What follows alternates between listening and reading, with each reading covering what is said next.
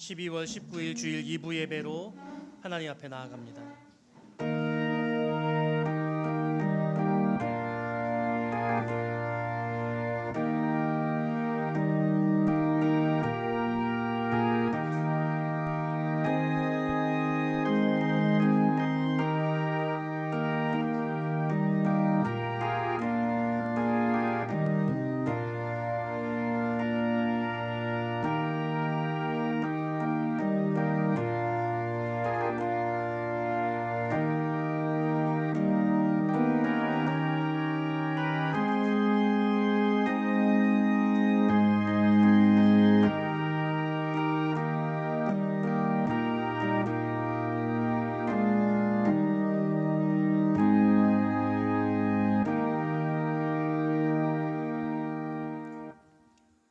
이 일 후에 내가 보니 각 나라와 족속과 백성과 방언에서 아무도 능히 셀 수 없는 큰 무리가 나와 흰 옷을 입고 손에 종려가지를 들고 보좌 앞과 어린 양 앞에 서서 큰 소리를 외쳐 이르되 구원하심이 보좌에 앉으신 우리 하나님과 어린 양에게 있도다. 아멘. 아멘. 거룩하신 아버지 하나님, 오늘도 주 앞에 예배할 수 있는 믿음과 또 거룩한 은혜를 허락해 주셨음을 고백합니다. 이 시간 우리와 함께 하시고 높임을 받으시옵소서. 우리에게 은혜를 허락하시되 하나님의 놀라운 권세와 역소로 우리에게 하나님의 한량없는 은혜를 베풀어 주시옵소서. 신용을 주님께 의탁드리며 예수님의 이름으로 기도드리옵나이다. 아멘.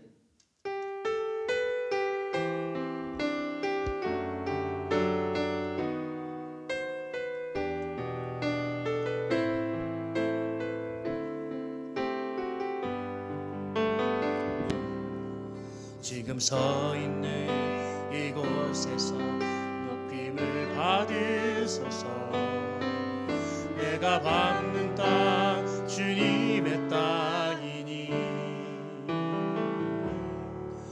하늘이 주의 이름 높이 올리며 넓은 바다가 주를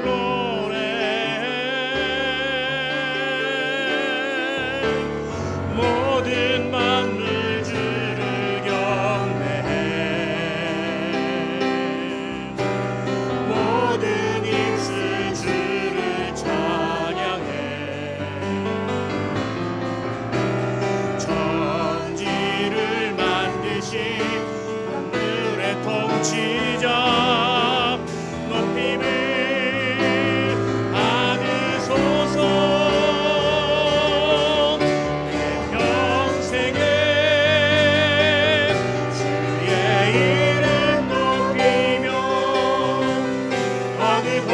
서든지 주님을 예배하리라.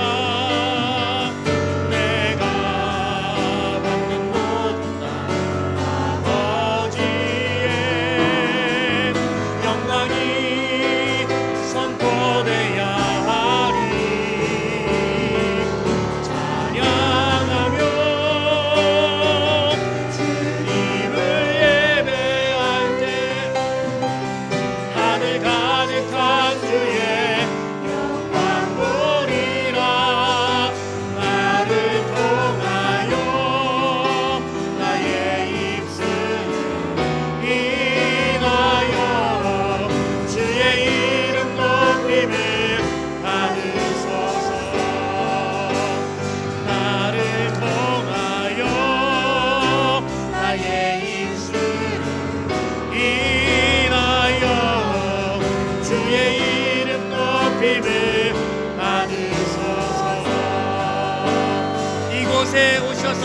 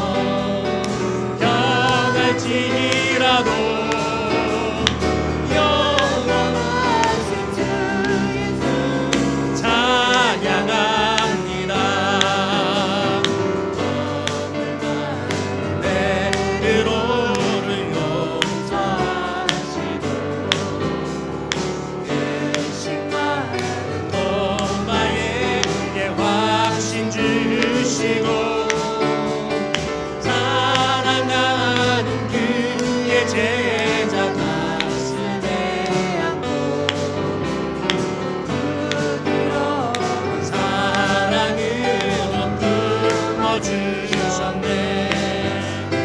어저께나 오늘이나 영원 부흥이 한결같은 주 예수께 찬양합니다. 세상 지나고 변할지라도 영원하신 주 예수 찬양합니다. 행하고 행하시는 주님 오늘도 한결같이 우리 곁에 함께 계시고 우리들을 영접하며 다시 오실 때 변함없는 영광의 진입해오니 어저께나 오늘이나 영원 부흥이 한결같은 주 예수를 찬양합니다. 세상 지나고 변할지라도 영원하신 주 예수 찬양합니다.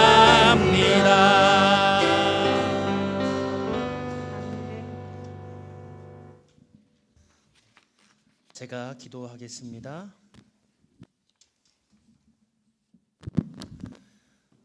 아버지 하나님 감사합니다. 거룩한 주일을 우리에게 허락해 주셨고 믿음으로 주님을 바라보며 예배할 수 있는 마음 주신 것을 하나님 참으로 감사합니다. 지난 한 주간 우리 갑자기 사회적으로 코로나가 극심하여지고 또 거리두기의 관계가 조정되며 우리 대한민국의 온 국민들이 깊은 근심과 걱정 속에 빠져 있습니다.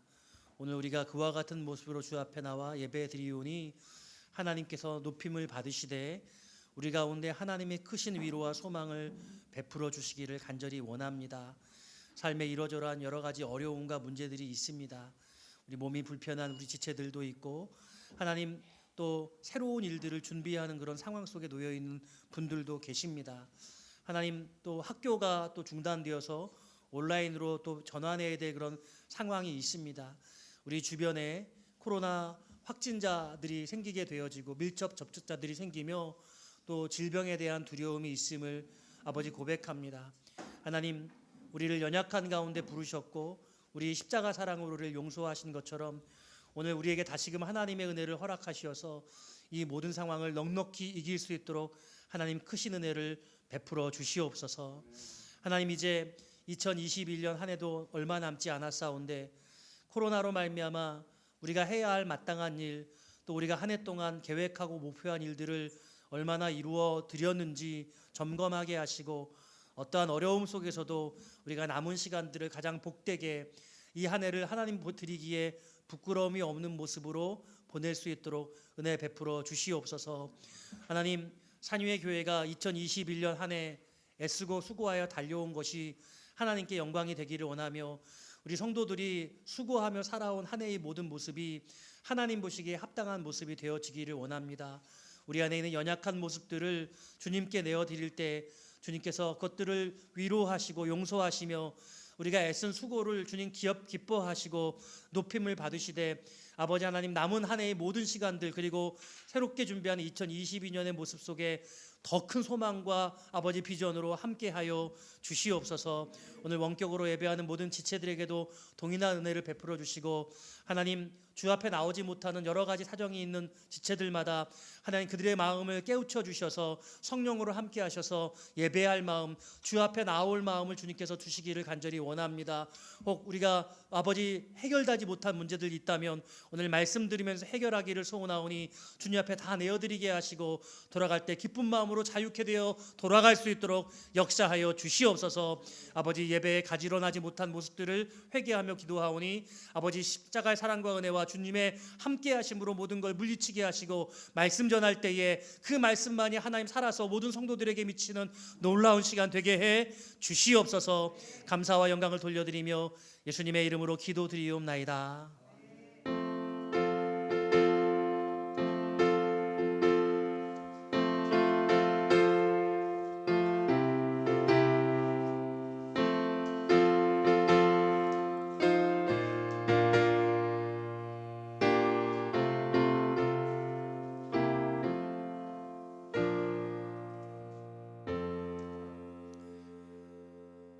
오늘 우리에게 주신 하나님의 말씀은 구약성경 미가서 5장 2절 말씀이 되겠습니다.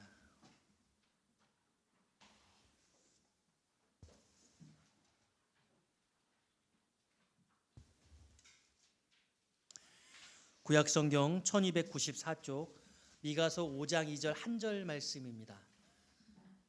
우리 오늘 다 같이 한 목소리로 합독해서 봉독해 올리겠습니다.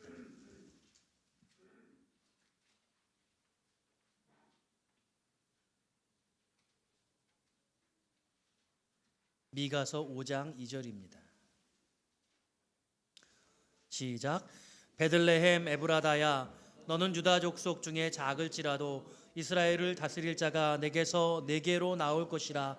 그의 근본은 상고의 영원에 있느니라. 아멘. 할렐루야. 오늘도 주님 주신 크신 사랑으로 여러분들을 축복합니다. 우리 실시간으로 예배하는 지체들에게도 우리 하나님의 복이 임하시기를 소원합니다. 오늘 실시간 예배가 지금 잘 되고 있나요? 영진 형제님? 네, 지금 제 화면으로는 지금 뜨지가 않아서 어떻게 예배가 드려지는지 잘 모르겠어요. 죄송하다는 말씀을 드립니다. 오늘 그럼에도 불구하고 하나님의 크신 말씀으로 우리와 저와 여러분들을 소망해 주시고 격려해 주시기를 소원합니다. 오늘 말씀의 제목 따라해 볼까요? 베들레헴과 나사렛 사이. 여러분 고향이 어디십니까? 네. 어르신들은 고향을 자주 물어보시곤 합니다만 요즘 세대는 그런 걸 왜 묻냐며 잘 대답하지 않고 불편해합니다. 자신을 알리는 것을 꺼리는 젊음의 감수성과 사투리나 지역 연고가 부적절하다고 생각하는 그런 생각들이 훨씬 짙어졌습니다. 빠르게 변화하는 시대, 또 표만 끊으면 어디든지 갈 수 있는 글로벌 시대에 고향이라는 것이 이전보다 큰 의미를 지니지 않고 있는 것 같긴 합니다. 저는 그런데 무척이나 궁금합니다. 요즘 아이들에게는 고향이 있는 걸까? 적어도 고향이라면 저만치 산과 들이 보이고 또 햇살 아래 고즈넉한 길 모퉁이의 정자 같은 것들도 있어야 하고 동네 친구들과 뛰어놀던 그 공터, 놀이터, 또 물장구 치던 냇가 이런 것들이 있어야 그래도 그게 고향이 아닌가 생각하는 것입니다. 저는 그런 면에서는 서울에 태어나서 서울이 고향인데 고향 같지 않다는 그런 생각들을 늘 갖고 있습니다. 특별히 도시에서 태어난 요즘 아이들은 그런 것들이 있을 리가 없을 텐데 눈앞에는 온통 아파트와 빌딩뿐이고 그 사이에 다니는 학교가 있고 그 학교 앞 어느 건물엔가 학원이 있지 않습니까? 제 생각에는 그런 것들은 고향이 아닌 것 같습니다. 여러분 생각은 어떠십니까? 고향에 대한 정겨운 향수가 없는 것 같아요. 50줄에 접어든 제 생각에 요즘 아이들은 고향은 있어도 고향의 향수는 존재하지 않는다. 이런 좀 메마른 감성, 이런 감성을 갖게 됩니다. 모든 세대가 나름의 유년과 그 기억을 담아주는 고향이 존재할 텐데 정말 그런가 저는 아이들에게 좀 묻고 싶은 생각입니다. 환경이 바뀌어도 누구에게나 고향은 존재합니다. 정든 집, 학교와 마을 뒷산, 내가 늘 걸어다니던 그 골목들, 이런 것들이 요즘 아이들에게 아름다운 추억거리가 되어질지 자못 궁금하다는 것이죠. 말씀을 준비하면서 예수님은 고향에 대한 어떤 마음을 가지셨을까를 생각하게 되었습니다. 예수님은 베들레헴에서 태어나셨지만 사실 그곳에서 살았던 기억은 없으셨을 겁니다. 예수님이 태어날 당시에 베들레헴에 유아 학살의 사건이 있었죠. 2살 이하의 모든 아기들을 다 살해하도록 헤롯 왕이 명령했기 때문입니다. 천사가 알려주어 애굽까지 도피했던 그 아버지 요셉과 어머니 마리아는 목숨이 위태로운 베들레헴에서 살아야 할 이유는 없었지 싶습니다. 실제로 요셉과 마리아는 사실 집이 베들레헴도 아니었죠. 그러니까 예수님의 고향은 베들레헴이지만 삶에 대한 어떤 특별한 연고가 베들레헴에는 없었다라고 생각할 수 있겠습니다. 예수님과 비슷한 고향을 가진 분들이 계십니다. 태어나서 기억도 나지 않은 어릴 적에 이사를 하신 분들, 어린 시기에 이사를 하게 되면 고향에 대한 향수가 전혀 없지요. 그래서 주로 기억에 남는 유년 시절의 추억, 그 추억을 담고 있는 그곳이 보통 고향으로 느껴집니다. 저도 그래서 제 기억에는 상도동, 봉천동, 초등학교 가기 전에 그 집 앞에 골목에서 뛰어놀고 그 아이들하고 그 공터에서 자전거 타고 이렇게 언덕바지가 있었는데 그 언덕바지에서 자전거 타고 꽉 내려오던 그런 기억이 납니다. 봉천동에서 초등학교 다닐 때는 학교 끝나고 나면 그냥 냅다 가방을 던져놓고 동네 공터로 가면 거기에 막 수십 명, 100여 명 되는 아이들이 모여서 구슬치기, 딱지치기, 팽이치기 온갖 놀이를 했던 기억이 납니다. 우리 신서한테는 이 건물 6층이 어쩌면 고향이라는 생각을 또 하게 되기도 합니다. 그런데 베들레헴이 예수님께는 지정학적인 고향이긴 하지만 심정적 고향은 아닐 수 있겠다는 생각은 하는 것이죠. 그러니까 예수님이 그런데 평생을 사셨던 나사렛은 어떻게 생각하셨을까? 평범한 인생이라면 나사렛이 고향의 향수를 불러일으키는 곳이라고 할 수 있습니다. 예수님은 공생애를 시작하시기 전까지 그곳에서 지내셨으니 30년 가까이를 나사렛에서 사신 셈입니다. 그러나 유감스럽게 성경 어디에도 나사렛에 대한 디테일한 정보가 드러나지 않습니다. 유일한 것이 고향에서 냉대를 받으셨던 사건입니다. 물론 이것도 공생애 중에 있었던 일이고요. 나사렛에서 있었던 사건이라고 보기에는 유일한 것이 12살 때에 예루살렘에 유월절에 가셨다가 거기서 벌어졌던, 거기서 부모님하고 길을 잃어버렸던 그 사건, 그것이 유일한 것입니다. 그러니까 예수님 자신도 나사렛에 대한 특별한 말씀이 없으시죠. 인자는 고향에서 환영을 받지 못한다, 이런 말씀이 유일한 말씀이에요. 도대체 예수님의 고향은 어떤 곳이었을까? 예수님은 어떤 마음을 가지셨을까? 이런 생각을 하는 것이죠. 하나님의 자녀들에게는요, 그래서 이 말씀을 생각해 볼 때 예수님이 어떤 고향에 대한 기억과 감수성을 가지고 있을까를 생각해 볼 때 고향보다 중요한 것이 본향이라는 생각을 하게 됩니다. 우리가 어디에 태어나느냐가 아니라 우리가 누구로부터 태어났느냐. 내가 나의 모친의 뱃속에서 태어났은즉, 모친의 자궁에서 태어났으니, 그렇게 다윗이 고백했죠. 그리고 우리가 하나님 아버지의 형상을 가지고 있으니 우리는 천국에 대한, 본향에 대한 그리움을 가져야 하겠다라는 것이죠. 할렐루야. 천국에 대한 그리움, 천국에 대한 마음의 감수성을 더 깊이 가지는 것이 옳겠다, 이런 말씀을 드리는 것입니다. 자, 이런 마음을 가지고 저는 오늘 베들레헴과 나사렛에 대한 집중 탐구를 해보기를 원합니다. 성경을 여러분 여러 가지 방법으로 읽을 수 있는데 장별로도 읽을 수도 있고 또 책별로 읽을 수도 있죠. 그런데 사람 중심으로 그 인물이 성경 어디에 나왔는지 그 인물에 대한 연구를 쫙, 예를 들면 바울, 바울에 대한 여러 가지 기록들을 성경에서 뒤져보면서 성경을 보는 것도 재밌죠. 그런데 조금 더 나아가면 지명을 중심으로 성경을 읽어보는 것도 참 재미있습니다. 오늘 제가 지명을 중심으로 성경을 찾아보려고 하는 것인데요. 오늘 말씀이 베들레헴과 나사렛 사이니까요. 베들레헴이라는 곳이 어떤 곳인지, 나사렛이라는 곳이 어떤 곳인지를 생각해 보자는 겁니다. 베들레헴은 예루살렘에서 한 7km 정도 떨어진 곳입니다. 여러분, 이 베들레헴이 성경에 여러 곳에 등장하고 있습니다. 성경에서 베들레헴 단어를 치면요, 상당히 많은 그런 구절이 나오는데요. 그 중에 주요한 몇몇 부분을 여러분께 소개하고 싶어요. 첫 번째로는요, 창세기에 나타나는 베들레헴이에요. 창세기의 베들레헴이 어떻게 나타나냐면 라헬이 장사 지낸 곳이다 라고 그렇게 기록되고 있습니다. 창세기 35장 19절이죠. 라헬이 죽음에 에브랏 곧 베들레헴 길에 장사되었고, 이렇게 말씀하고 있어요. 그러니까 야곱이 사랑했던 아내, 그 아내 라헬이 죽었을 때에 베들레헴에서 장사를 했던 것이죠. 여러분, 그런데 여러분 잘 아시는 것처럼 우리 예수님은 유다 지파에 속하셨고, 그리고 그 유다 지파의 여러 가지 역사들을 창세기가 기록하고 있지 않습니까? 그래서 이 베들레헴에 관한 기록이 너무나 중요하고 있는데요. 그 대표적인 부분들이 룻기에 나타나고 있습니다. 두 번째가 룻기에 나타나는 베들레헴이에요. 여러분, 룻기, 그러니까 이 룻기의 주인공이 여자 룻 같죠. 며느리 룻.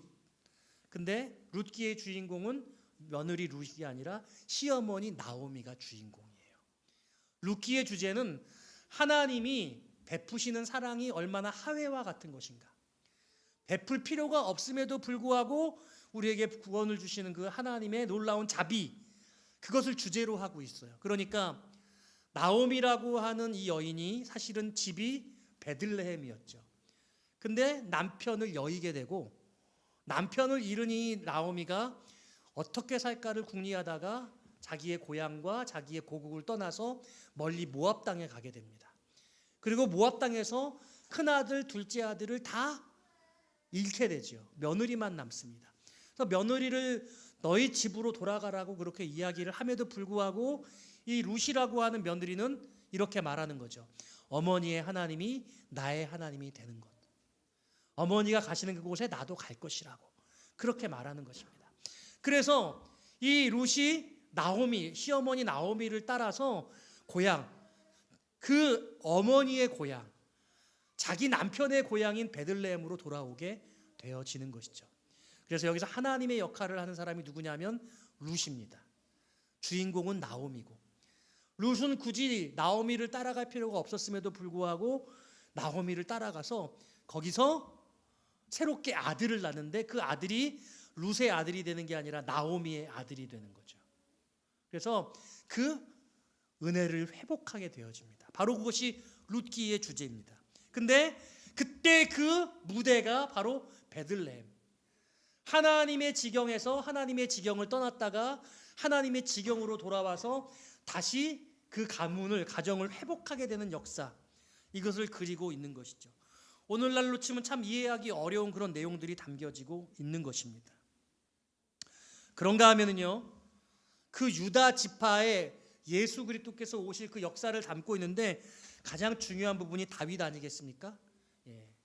이새의 아들 다윗. 그 다윗이 태어난 곳도 베들레헴이거든요. 그 베들레헴에 대해 다윗이 간절하게 사무치도록 그리워하는 장면이 등장하고 있습니다. 이 다윗이 뭐라고 이야기를 하냐면, 누가 좀 나에게 저 베들레헴 성문 곁에 있는 우물의 우물물을 좀 떠다 줬으면 좋겠다, 이렇게 고백해요. 계속해서 도망자 생활을 하면서 고향 집에 가고 싶어요. 고향에 있는 부모님들, 고향에 있는 형들 만나고 싶은 것이죠. 그 옛날 고향에 살면서 그 목동으로 살다가 어찌어찌 살면서 땀을 흘리고 그 베들레헴의 그 우물에서 물을 시원하게 마셨던 그 기억을 아마 매우 구체적으로 회상하면서 그 베들레헴 성문 곁에 우물을 마시고 싶다는 고백을 하는 것은 그 시절로 돌아가고 싶고, 그때 함께했던 그 아버지와 그 형제들을 보고 싶다는 그런 고백일 거예요. 여러분 그때 그 이야기를 혼잣말로 한 거거든요. 누구한테 시킨 게 아니었어요. 다 같이 듣고 있었던 부하들이 있었죠. 용맹스러운 세 장군들이 그 적진이 있는 베들레헴을 들어가서 적진을 뚫고 들어가서 그 운물물에서 물을 길러 가져오지 않습니까? 그리고 그 물을 다윗에게 드리잖아요. 다윗이 물을 받아 마시나요? 마시지 않죠. 마실 수가 없었어요. 이건 핏물인 거죠. 목숨을 걸고 다녀온 거죠. 그래서 그 물을 마시지 않고 그냥 흘려보내면서 하나님 앞에 고백하죠. 다시는 내가 이와 같은 짓을 행하지 않겠습니다. 참 멋진 고백이에요. 다윗이 얼마나 그 고향을 애틋하게 여겼고 그의 유년 시절에 얼마나 깊은 향수를 가지고 있었는지, 그리고 그가 얼마나 부하들을 사랑하고 하나님을 사모했는지, 그의 인격과 신앙이 그 한 사건 속에 잘 내밀하게 등장하고 있는 것입니다. 이것이 바로 베들레헴에 대한 스토리라고 할 수 있어요. 그런가 하면 여러분 몇 주 전에 제가 들려드렸던 설교 가운데 사사기 20장의 이야기를 해드리기도 했습니다. 기억이 나시는가 모르겠어요. 한 레위인이 있었죠. 근데 이 레위인에게 첩이 있었습니다. 이 첩이 바람을 피고 그리고 자기 고향으로 돌아가서 집으로 오지 않는 거예요. 남편이 그래서 데리러 갑니다. 그런데 그 집이 베들레헴이었어요. 베들레헴으로 돌아가는 길에 강간을 당해서 이 여인이 살해되고 집으로 베들레헴으로 돌아와서 이 죽은 첩을 12토막을 내가지고 각 지파로 보내고, 그 12지파가 이 토막난 이 여인을 보고 온 백성들이, 온 군사들이 다 모여서 40만 명이 모여서 이스라엘이 베냐민과 전쟁을 하는 이야기. 근데 하나님이 베냐민도 심판하시고 이스라엘도 심판하는 얘기. 그 이야기의 그 출발이었던 모티브가 베들레헴에서 레위인으로 살고 있었던 그 레위인에게 일어났던 일인 것이죠. 그러니까 베들레헴이라고 하는 한 지역을 가지고 쭉 구약 성경을 살펴볼 때 수많은 그 구절이 등장하고 있고 매우 중요한 사건들이 이 베들레헴을 중심으로 일어나고 있다는 것을 우리가 알 수 있는 것입니다. 자, 그런가 하면 나사렛은 어떤 곳인가? 여러분 성경에서 나사렛을 찾아보시면 나사렛에 대한 특별한 이야기가 나오지 않습니다. 제일 많이 나오는 게 예수님의 이름의 앞에 붙어서 나오는 나사렛 예수. 나사렛 역시 작은 마을이었어요. 오늘 본문에서 여러분 미가서 5장 2절의 말씀이 이 베들레헴에 대한 아주 놀라운 예고의 말씀인데요. 나사렛도 아주 작은 마을이었고 베들레헴도 작은 마을이었습니다. 베들레헴은 예수님이 태어나신 곳이고 나사렛은 예수님이 30년 동안 생활하셨던 곳이었습니다.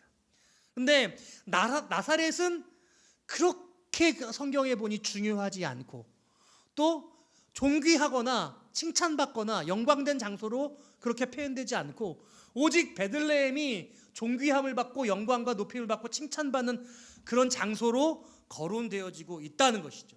도대체 이 차이가 어디에서부터 나오냐는 거예요. 그러니까 예수님이 이름에 나사렛 예수, 보통 여러분 성경에 보면 그 사람의 이름 앞에 지명이 나와요.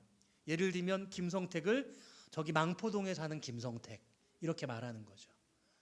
김성택이라고 하는 또 다른 이름이 있을까봐 저기 잠실에 사는 김성택이 아니라 수원에 사는 망포동에 사는 김성택 이런 느낌으로 예수란 이름이 매우 흔한 이름이었기 때문에 구약에도 예수가 있잖아요. 여호수아가 예수거든요. 그래서 나사렛 출신 예수, 나사렛에 사는 예수 이렇게 말하고 있는 것이거든요. 그 밖에 나사렛에서 어떤 일이 있었던 것에 대해서 전혀 나와 있지 않아요. 예수님이 한 번 고향에 방문했던 것이 전부입니다. 그러니까 나사렛은 어떤 사건도 일어나지 않고 예수님은 나사렛에 한 번 공생의 사역을 하시면서 방문했다가 인자가 태어난 곳에서 이렇게 서름을 받는구나. 태어난 곳에서는 그 어떤 사람도 이렇게 냉대를 받아. 뭐 이런 말씀하신 정도로 나사렛에 대한 정의는 끝. 예수님이 30년 동안 그 고향에서 그곳에서 지냈는데 어떠한 감회도 거기에 기록되어지지 않아요. 나는 천대받았어. 나사렛에서 공생의 사역을 하면서 하나님의 아들로서 사명을 감당할 때 고향은 별로 좋지 않아. 낫굿이야. 뭐 이런 걸로 끝나는 거죠. 제가 왜 그래서 오늘 베들레헴의 본문을 잡았음에도 불구하고 나사렛이란 지명을 거론했느냐라고 할 때, 저와 여러분들의 인생 가운데서 우리가 어디서 살고 어떻게 살고 이 부분이 어떤 의미를 가지고 있는가를 생각해 보기 위한 것이죠. 먼저 이제 오늘 미가서 5장 2절의 말씀을 다시 한번 깊이 묵상해 보기를 원하는데요. 우리 같이 한번 읽어볼까요? 시작. 베들레헴 에브라다야, 너는 유다 족속 중에 작을지라도 이스라엘을 다스릴 자가 내게서 내게로 나올 것이라. 그의 근본은 상고에 영원에 있느니라. 아멘. 자, 2절 말씀을 깊이 보면은요, 그의 근본은 상고, 역사가 시작하기 전부터 영원 동안 주님이 계셨다, 이렇게 말씀하고 있죠. 그리고 그 주님이 어디로 올 것이냐? 베들레헴에 올 것이다. 다시 말하면 우리 아기 예수님의 탄생을 예고하고 계신 거예요. 근데 베들레헴 에브라다야라고 말하잖아요. 에브라다는 베들레헴의 옛 이름입니다. 그래서 영거포 말씀하고 있는 거예요. 베들레헴 에브라다야. 장소를 두 번 말하는 거죠. 뭐라고 말하냐면 유다 족속 중에 작을지라도 너는 아주 작은 마을이야. 그렇지만 메시아가 너희 마을에 오실 거야. 이렇게 말씀하고 있는, 이 말씀이 핵심이에요. 여기서 여러분과 함께 나누고 싶은 첫 번째 하나님의 말씀은, 따라합시다. 하나님의 완전하신 계획을 신뢰하라. 하나님의 완전하신 계획을 여러분 신뢰하라는 거예요. 하나님이 여러분들의 인생에 대해서 놀라운 계획을 준비하시고 계십니다. 그런데 왜 이 모양이죠? 아니요. 여러분 믿으셔야 돼요. 우리 안에 하나님이 어떠한 일들을 하실 것들을 준비해 놓으셨고, 하나님 그 일을 여러분들의 인생을 통해 반드시 이루어 가실 것입니다. 그 이야기를 오늘 이 본문이 하고 계시는 거예요. 여러분들이 읽으신 이 미가서라는 책이 언제 쓰여진 책이냐라고 할 때, 주전 735년에서 710년 정도에 쓰여졌을 것이라고 그렇게 말씀드릴 수 있어요. 미가서 1장에 보면 이 선지자가 활동했던 시대가 히스기야 시대, 요담 왕의 시대, 이런 시대라고 이야기하고 있습니다. 우리 한번 1장 1절을 볼까요? 살펴보는 게 한 번은 좋겠습니다. 1장 1절이에요. 시작. 유다의 왕들 요담과 아하스와 히스기야 시대에, 자 보십시오. 요담과 아하스와 히스기야라는 왕이 활동하던 시대입니다. 그래서 여러분 사마리아가 722년에 멸망했거든요. 히스기야 왕 때입니다. 그러니까요, 여러분 이 미가서를 쭉 읽어보면 그 시대 상황이 북이스라엘이 멸망하게 되어지고, 그로 말미암아 남유다도 여러 가지로 갈등이 커지고 있는 그런 시대입니다. 그래서 히스기야 이 왕의 시대부터 쭉 활동하는 내용들이 이 미가서에 기록되어져 있습니다. 사마리아의 멸망의 이전에 활동했다는 것도 알 수 있고, 또 요담 시대에 활동했다는 사실도 미가서 5장 10절에 보면 분명히 당시의 상황을 이야기하고 있습니다. 그래서 이때가 어떤 때냐? 예수님이 탄생하시기 700년도 더 된 시점. 예수님의 출생을 700년 이전에 이제 앞으로 내가 예수를, 하나님의 아들을 너희 마을에 보낼 거야. 아기 예수로 보낼 거야. 이렇게 예고하고 있다라는 것이죠. 갈라디아서 4장 4절에 보면은요, 때가 참에 하나님이 그 아들을 보내사 여자에게서 나게 하시고, 이렇게 말씀했어요. 때가 참에 그랬어요. 하나님이 분명히 어떤 때를 정해 놓으셨어요. 그리고 그 때가 이르게 되니까 동정녀 마리아의 몸에 성령으로 잉태하게 하셔서, 그리고 원래 베들레헴에 살지도 않는데 나사렛이라는 동네에 살고 있는데 천하로 온 유대가 호적을 띠게 해서 베들레헴에 가게 했고, 그 베들레헴에 가는 그때에 그곳에서, 그 말구육간에서 아기 예수님이 탄생하도록 이 놀라운 시나리오를 이미 준비하셨다는 거예요. 이사야서에는 이는 한 아기가 우리에게서 낳고 그 말구에서 태어나실 것을 예고하고 있고 그때를 벌써 700년이나 되기 전에 말씀하시고 계시다는 거죠. 그러니까 예수님에게만 이게 해당하는 것이 아니라 하나님이 모든 인생들인 저와 여러분들의 삶 가운데 어떠한 일들을 준비하셔서 그 놀라운 일들을 이루실 것을 온전히 기다리셨다가 때를 맞춰서 실행해 나가신다는 것을 여러분들이 이해하시라는 거예요. 안 믿어지십니까? 시편 33편 11절이에요. 여호와의 도모는 영영이 서고 그 심사는 대대에 이르리로다. 하나님의 도모, 하나님이 준비하시고 계획하신 것을 대대토록 이루시겠다고 시편 34편 11절이 말해요. 이사야 25장 1절입니다. 여호와여 주는 나의 하나님이시라. 내가 주를 높이고 주의 이름을 찬송하오리니 주는 기사를 옛적에 정하신 뜻대로 성실함과 진실함으로 행하셨습니다. 옛적에 정하신 계획대로 정하신 그 뜻대로 하나님이 행하신다. 성실함과 진실함으로 실천하신다. 이렇게 말씀하셨어요. 예수님만이 아니라 오늘 말씀을 듣는 저와 여러분 모두에게 하나님이 어떠한 뜻을 가지고 계시고 그것을 성실하게 신실하게 이루어 가신다. 할렐루야. 그래서 이것을 믿으시기를 바라요. 그래서 어떻게 예수님이 나신다는 것을 700년 전에 미리 알고 이 베들레헴에서 태어나실 것이라는 것을 예고할 수 있었을까? 이게 놀랍잖아요. 더 놀라운 것이 여러분들의 인생 가운데 하나님이 드라마틱한 어떤 일들을 준비해 놓으셨다니까요. 그리고 그 일을 반드시 이루어 가신다니까요. 우리가 이런 믿음을 온전히 갖고 있다면요, 현실의 어려움 속에 두려움이나 근심에 빠지지 않을 수 있죠. 우리 안에 믿음이 작동하고 우리가 평안할 수 있어요. 코로나로 말미암아 고통과 어려움이 있지만 경제적인 불편함이 있어요. 삶의 변화가 큰 변화가 있어요. 어떤 일을 새로 시작해야 돼요. 네, 막 조급하기도 하고 두렵기도 하고 잘하고 있는 것인지 의심이 들기도 하고. 그런데 여러분, 제가 단연코 말씀드리는데 하나님을 바라보시면서 하나님이 기뻐하실 것 같은 그런 일들을 그냥 하십시오. 하시면 돼요. 하나님의 뜻이 무엇일까를 너무 그렇게 찾으려고 하지 마세요. 하나님께서 여러분들의 마음 가운데 소원을 두시고 그 일을 행하게 하시고 하나님이 원하시지 않으면 그 일이 안 될 거예요. 근데 하나님이 원하시면 그 일이 이루어질 겁니다. 여러분 가운데 펼쳐지는 그 모든 것들이 하나님의 뜻하신 것이라니까요. 그래서 에베소서 1장 11절은 말씀해요. 모든 일을 그 마음의 원대로 역사하시는 자의 뜻을 따라 우리가 예정을 입어 그 안에서 기업이 되었다. 그 마음의 원대로 역사하신대요. 뭘? 모든 일을.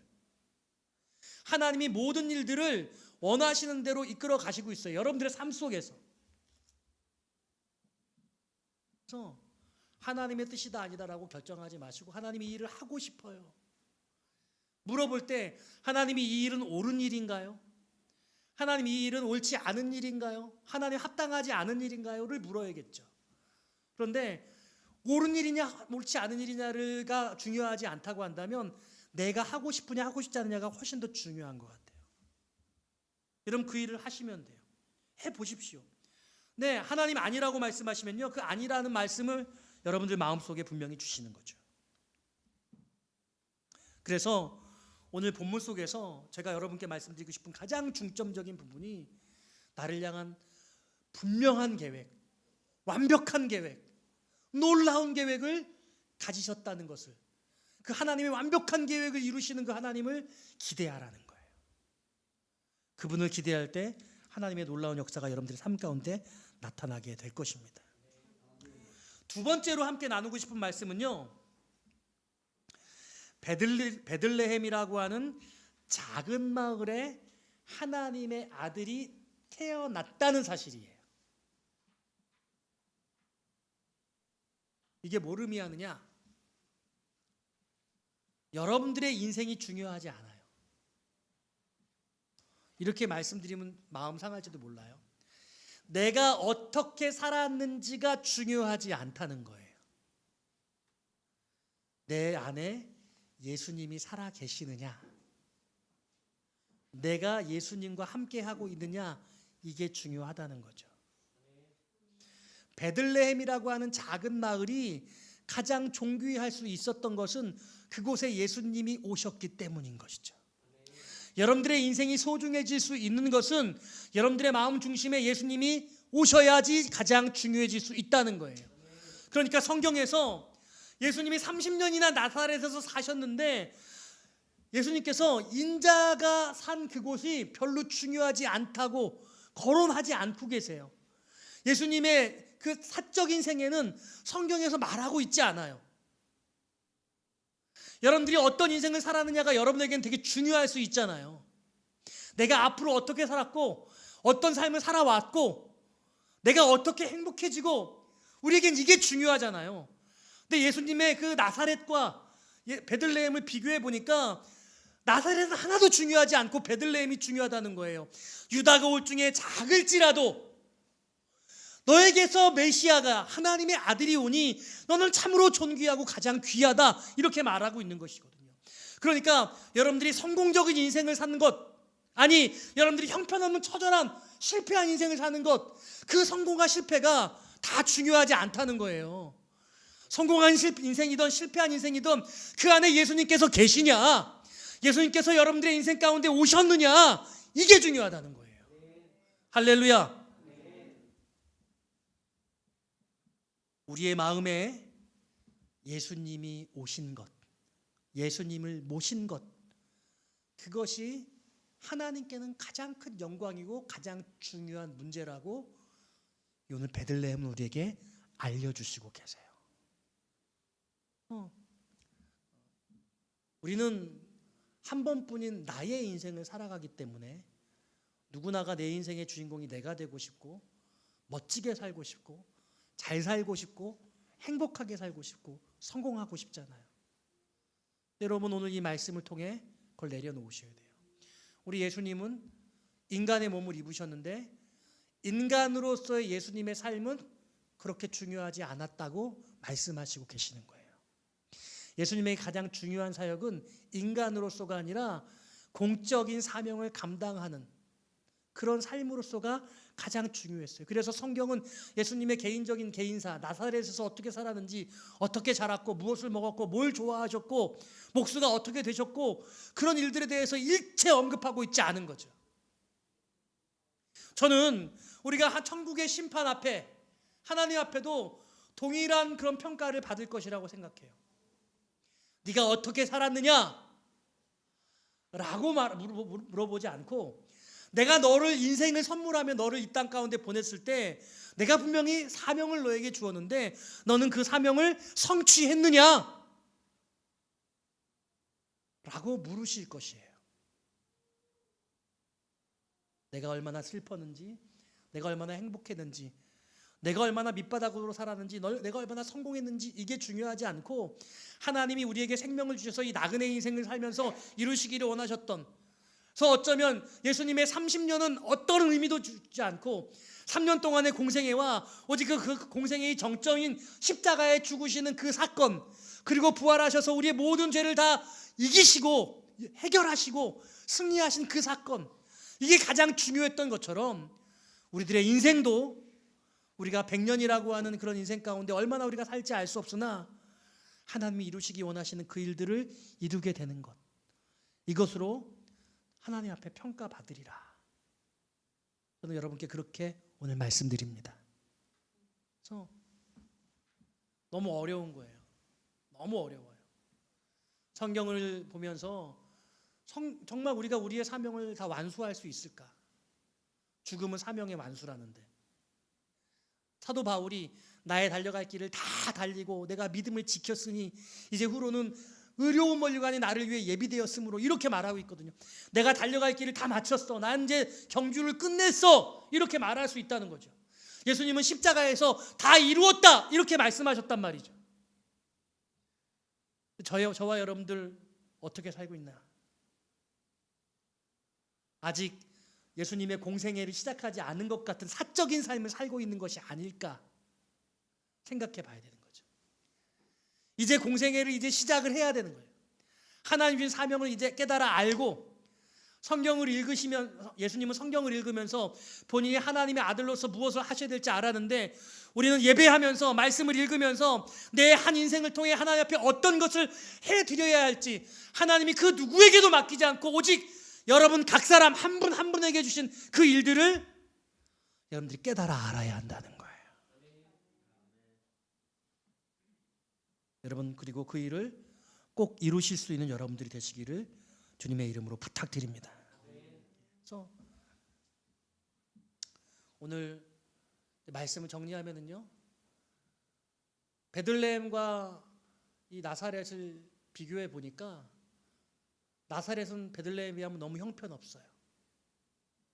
예수님은 자기의 인간적인 삶이 아무런 의미를 가지지 않는다고, 인간으로 오셨지만 인간으로 사시면서 수많은 인간적인 것들을 겪으셨겠지만 그 모든 것들을 스킵, 생략, 우리에게 아무것도 드러내지 않으셨어요. 예수님의 가장 인간적인 면모는 겟세마네 동산에서 그 십자가를 지시면서 그 고통이 얼마나 클까, 그걸 받고 싶어하지 않을 만큼 두려워했던 가장 그 모습 속에 가장 예수님의 인간적인 면모를 보여주고 계세요.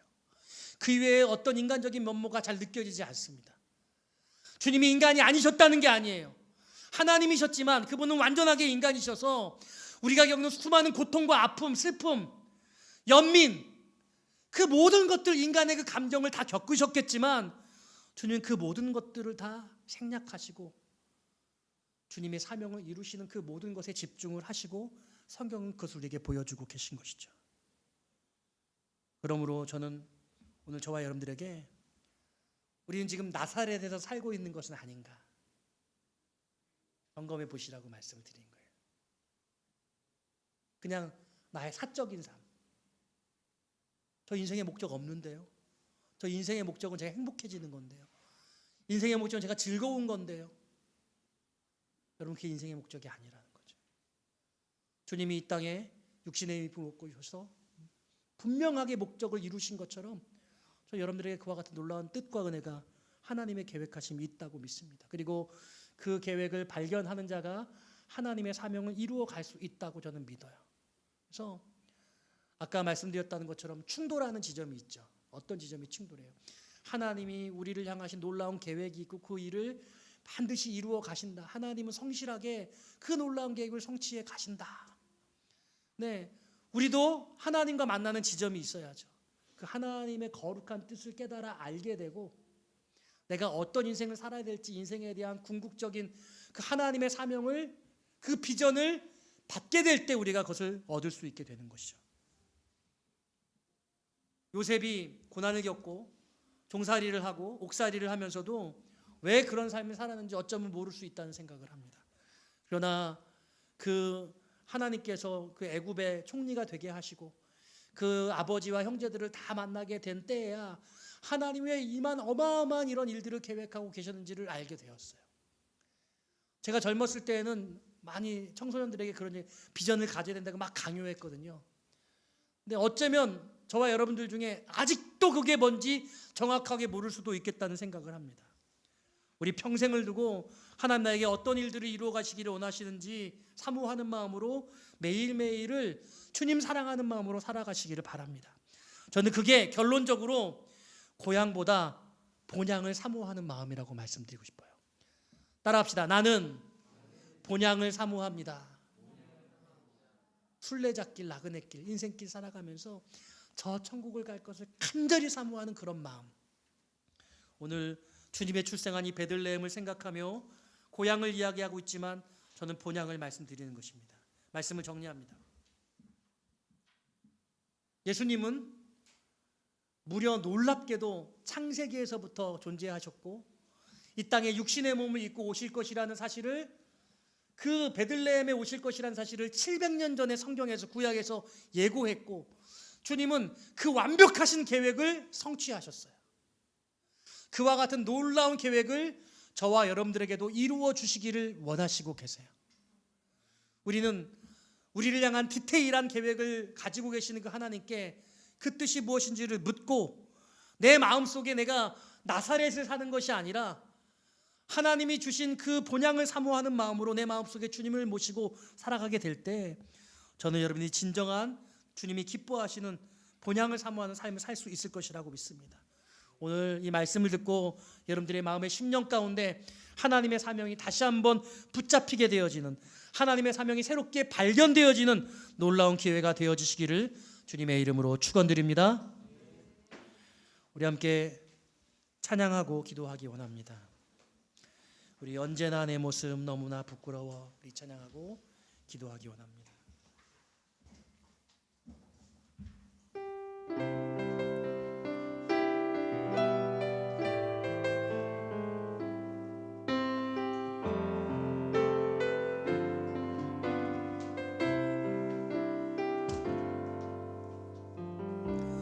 언제나 내 모습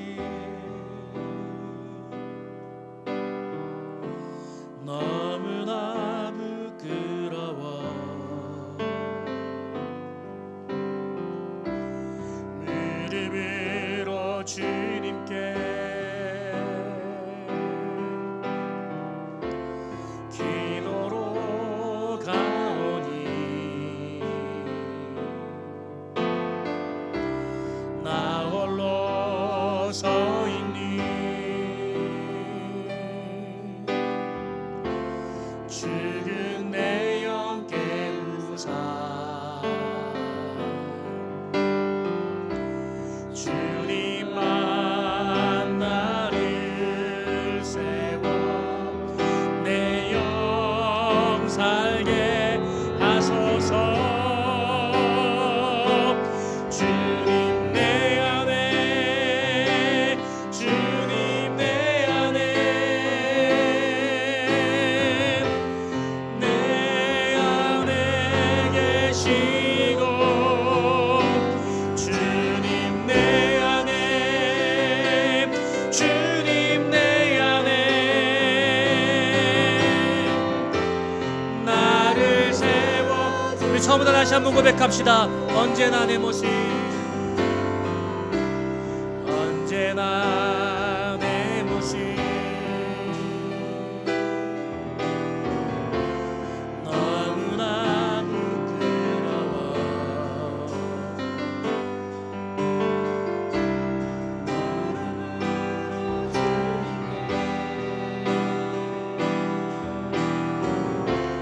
기도로 가오니 나 홀로 서 있니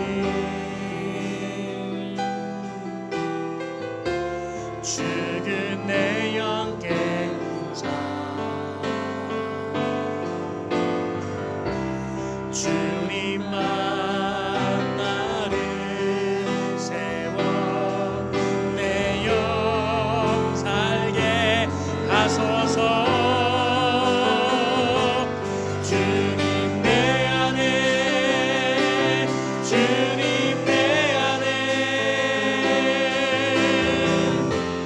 내 안에 계시고 주님 내 안에 주님 내 안에 나를 세워주소. 주님 내 안에 주님 내 안에 주님 내 안에 내 안에 계시고 주님 내 안에 주님 내 안에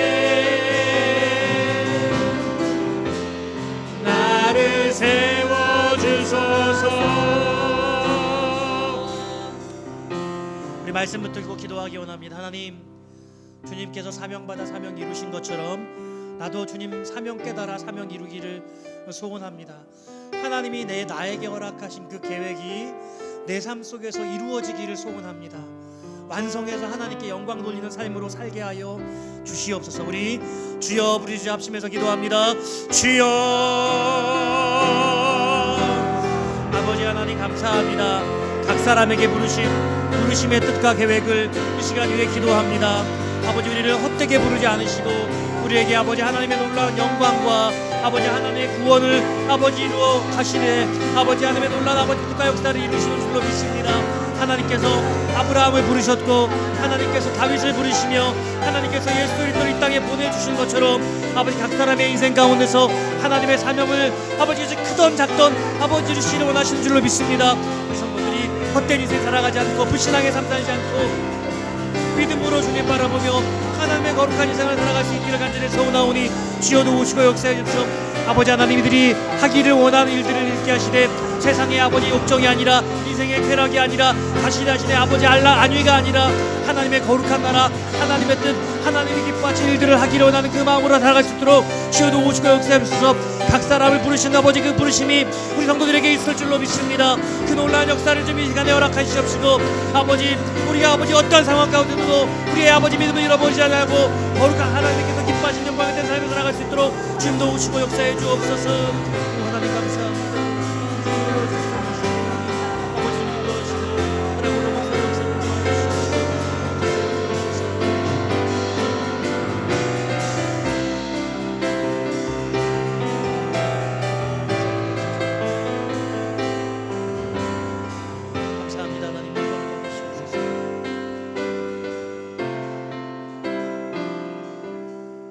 오 아버지 하나님 감사합니다. 우리에게 생명을 주셨고 이 세상 가운데서 하나님 알게 하셨사온데 하나님이 이 땅에 보내신 그 뜻과 이유를 분명히 아는 인생들 되게 하여 주옵소서. 나의 달려갈 길을 마치고 믿음을 지켰으니 하나님 우리 사랑하는 성도들 믿음을 지켜 달려갈 길을 완수할 수 있게 하여 주시옵소서. 주님께서 이 땅에 오셔서 다 이루었다 말씀하신 것처럼 우리도 주님께 아름다운 아버지 인생의 열매를 드리길 소원하오니 오늘 이 말씀 들은 모든 식구들마다 함께하여 주시되 특별히 마음 가운데 하나님의 뜻을 깨달아 아는 역사가 있게 하여 주시옵소서. 예물을 올려드립니다. 받으시옵고 사랑하는 성도들의 모든 물질 생활 가운데 주님 동고동락하여 주시며 아버지 하나님 아버지 필요한 것들을 채워주시며 아버지 강건하게 하시옵시며 아버지 길이 열려지게 하여 주시옵시며 소원하는 것들이 응답되는 역사로 함께하여 주시옵소서. 찬송과 영광을 돌려드리며 예수님의 이름으로 간절히 기도드리옵나이다.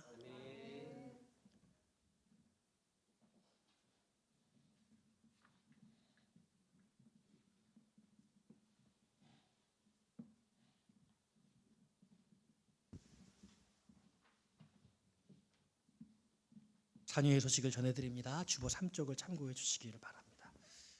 먼저 우리 여러분께 매우 죄송하다는 말씀을 드립니다. 오늘 실시간 예배가 매우 좀 드리시기에 불편하셨을 것 같습니다.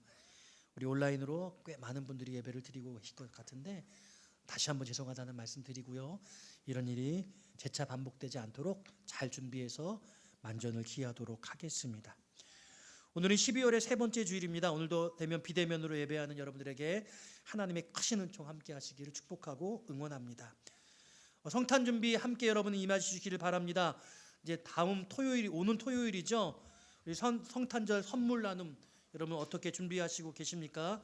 우리 예수님의 나심을 기뻐하고 축하하며 함께 선물을 나눌 수 있기를 합니다.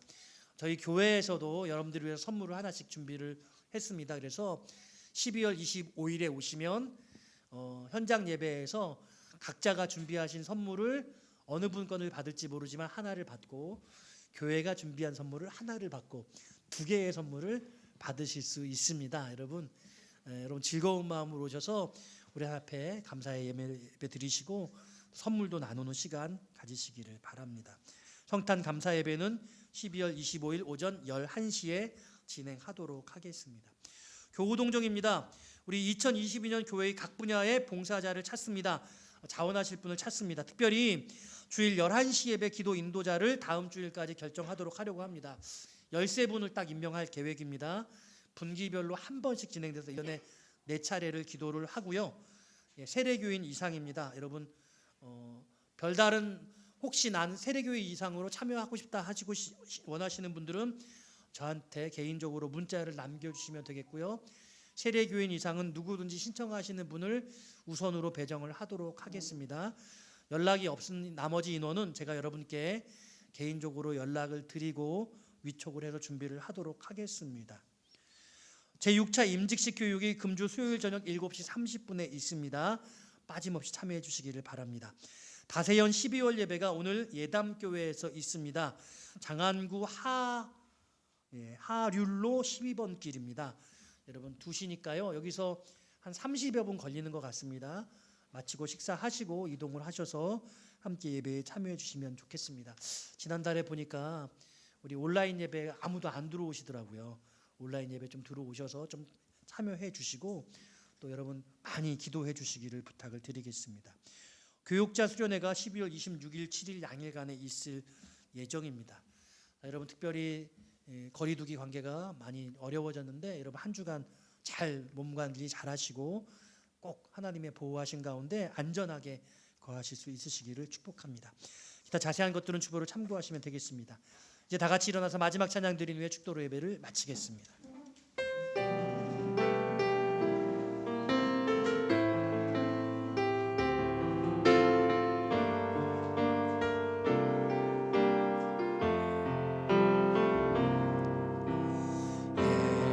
예수는 내 힘이요 나의 기쁨 내 참 소망 그 이름의 생명이 내 삶의 이유라 내가 살아 죽으나 그 이름을 위하여 모든 것 다 드리니 나를 받으소서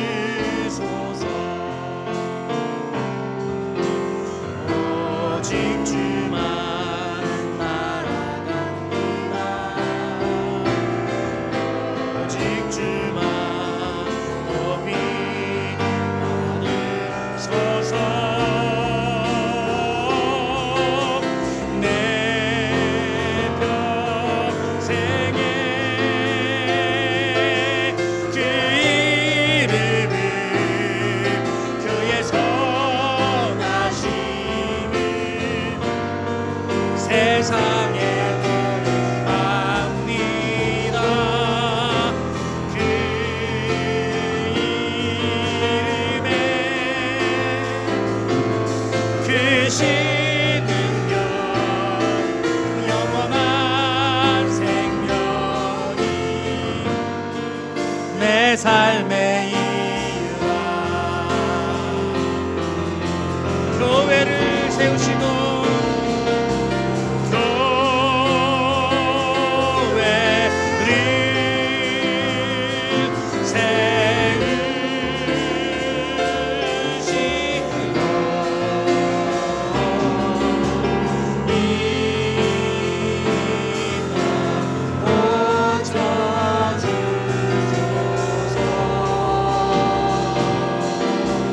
주님 나라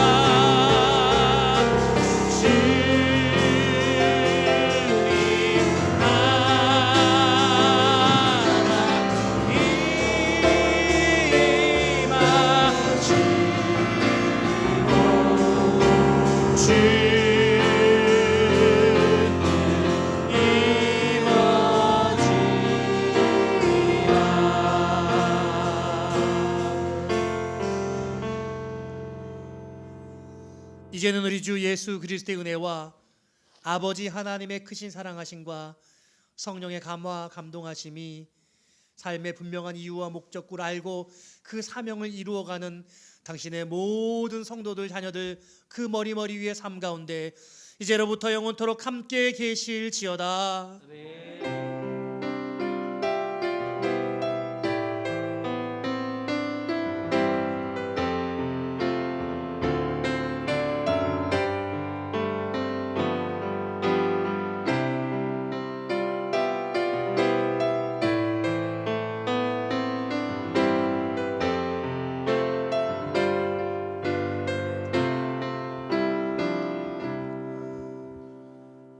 감사합니다. 예배를 마쳤습니다.